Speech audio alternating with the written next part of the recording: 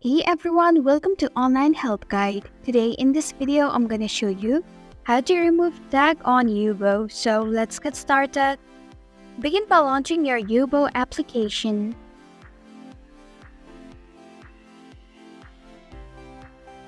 Then tap on your profile icon at the top right corner of your screen.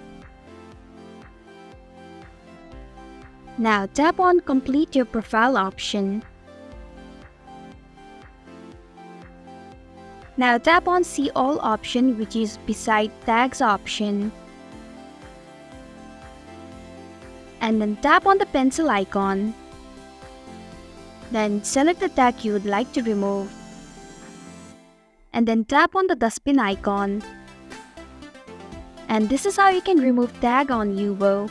Thanks for watching Online Help Guide. If you like this video, hit the like button and drop a comment with any questions or feedback.